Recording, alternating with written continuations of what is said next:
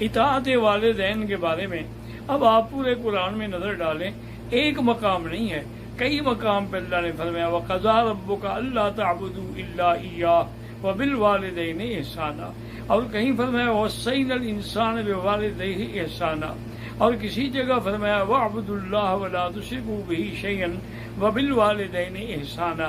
یاد رکھیں لفظ احسان ہے، عدل نہیں ہے۔ عدل کا معنی ہوتا ہے پورا پورا دینا، لیکن احسان کا معنی ہوتا ہے اس سے بھی زیادہ کرنا۔ تو لہذا معنی یہ نہیں ہے کہ ہم والدین کی خدمت ایسے کریں جیسی انہوں نے ہماری کی تھی، برابر سرابر نہیں، بلکہ ہم اس سے زیادہ خدمت ادا کریں، چونکہ لفظ احسان کا تقاضا یہی ہے۔ اسی طرح ایک آدمی نے اپنی بوڑھی والدہ جو معذور تھیں ان کو اپنے کندھے پہ بٹھا کے ایک حج نہیں 7 حج کروائے۔ جب 7واں حج کر کے واپس آیا تو مطاف میں بیٹھا ہوا سوچ رہا تھا کہ بھی میری ماں نے جو میری خدمت کی تھی الحمدللہ میں نے 7 حج اس کو کندھے پہ اٹھا کے کرائے ہیں، مکہ، منی، عرفات، مزدلفہ سب میں اس کو لے کے چلا ہوں، طواف میں اور صفا میں، شاید میرے حقوق جو ہے وہ حق ادا ہو جائے۔ اسی اثنا میں اس کو نیند آ گئی، تو نیند میں اس نے دیکھا کہ ایک فرشتہ آ کے مجھے کہتا ہے کہ اللہ کے بندے، ایک رات جب تم چھوٹے تھے دودھ پینے والے، تم نے بستر پہ پیشاب کر دیا، تو تمہاری والدہ اٹھی، انہوں نے اس جگہ کو دھویا، اس کے بعد اسی گیلے کپڑوں پر خود سو گئیں اور تمہیں اپنے سینے پہ لٹایا کہ تمہیں کوئی ٹھنڈے نہ لگ جائے، تمہیں کوئی سردی نہ لگ جائے۔ یہ 7 حج تو تم اس ایک رات کا بدلہ بھی نہیں دے سکتے ہو، کہ پھر 7 حج میں تم نے اپنی ماں کا حق ادا کر دیا۔ اور اسی طرح بخاری شریف نے واقعہ نقل کیا ہے کہ حضرت جریج جو تھے وہ ایک بہت بڑے ولی من اولیاء اللہ تھے، اور وہ ہمیشہ عبادت میں مصروف رہتے تھے۔ ایک دفعہ آپ نماز پڑھ رہے تھے تو والدہ نے آوازیں دی، لیکن انہوں نے نماز نہیں توڑی۔ پھر اس کے بعد ماں نے بلایا کہ میں تمہیں بلا رہی تھی، انہوں نے کہا اماں میں نماز میں مشغول تھا، سلام پھیر کے فوراً حاضر ہوا ہوں۔ ماں غصے میں آ گئی، کہنے لگی یا اللہ لا تمتہ حتی تنظر الی وجہ المومسات، یا اللہ اس کو موت نہ دینا جب تک یہ کنجریوں کے منہ نہ دیکھ لے۔ ماں نے بد دعا دے دی، بس ماں کی بد دعا لگنی تھی، کیونکہ یہ قاعدہ ہے، حدیث میں آتا ہے کہ 3 دعائیں ایسی ہیں جو رد نہیں ہوتی، ایک والدین کی دعا ہے، اور ایک مظلوم کی دعا ہے، اور ایک مسافر کی دعا ہے۔ یہ دعائیں اللہ تبارک و تعالیٰ فوراً قبول کرتے ہیں، اور جو آدمی نافرمانی کرتا ہے والدین کی اس کو سزا آخرت کے علاوہ دنیا پہ بھی مل جاتی ہے۔ اور اس کی حتیٰ کہ حضور سے کسی نے پوچھا سب سے بڑے گناہ کون سے ہیں یا رسول اللہ، تو آپ نے فرمایا سب سے پہلا گناہ ہے الاشراک باللہ، اللہ کے ساتھ شرک کرنا، اور دوسرا سب سے بڑا گناہ ہے حقوق الوالدین، اپنے والدین کی نافرمانی کرنا، اور تیسرا بڑا گناہ جو ہے شہادت الزور، جھوٹی گواہی دینا۔ تو جریج ایسی عبادت میں لگا ہوا تھا، اس علاقے میں ایک بڑی حسین اور جمیل عورت تھی۔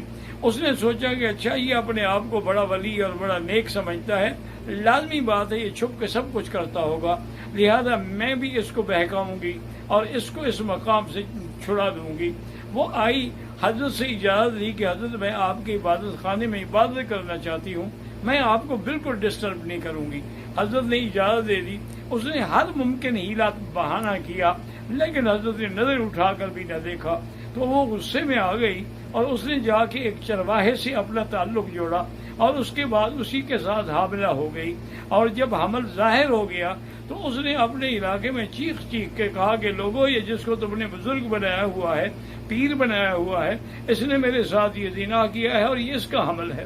بس لوگوں کا سننا تھا، جناب جریج مرد آباد کے نعرے لگ گئے اور انہوں نے آ کے اس کی خانقاہ کو بھی توڑ ڈالا۔ حضرت جریج رو رہے ہیں، ان کے علاوہ ماں سوائے اس کے اور کوئی چیز نہیں تھی۔ بہرحال جب وہ بچہ پیدا ہو گیا تو وہ پھر آ گئی لے کے کہ یہ تمہارا بچہ ہے، اس کو سنبھالو، اور ساری دنیا کے لوگ بھی اکٹھے ہو گئے۔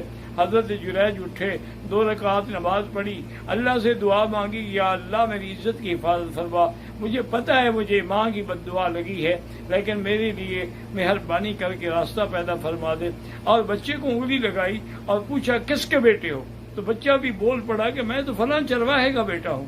اب لوگ اتنا نادم ہوئے، شرمسار ہوئے، اور اس کے بعد انہوں نے دوبارہ ان کی خانقاہ کو بنایا، پہلے سے بھی زیادہ بہتر بنا دیا۔ انہوں نے کہا اللہ کے بندے میں نے گناہ نہیں کیا، اصل میں والدہ کی بد دعا مجھے لگ گئی، میں تھوڑی دیر انتظار کراتا رہا، لیکن والدہ کی دعا ایسی تھی کہ جو فوراً لگ گئی۔